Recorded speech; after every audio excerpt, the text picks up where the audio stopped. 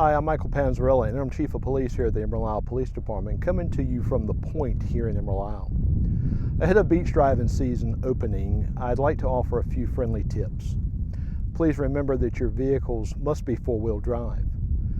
Your maximum speed should only be 20 miles per hour. Please be mindful of those walking on the beach. Also, as you enter from the Point ramp, you will notice directly to your right is new sand fence.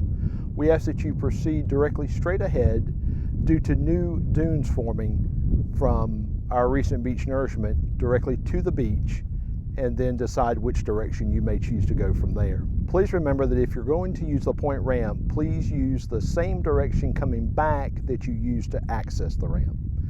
We hope everybody has a safe and enjoyable beach driving season.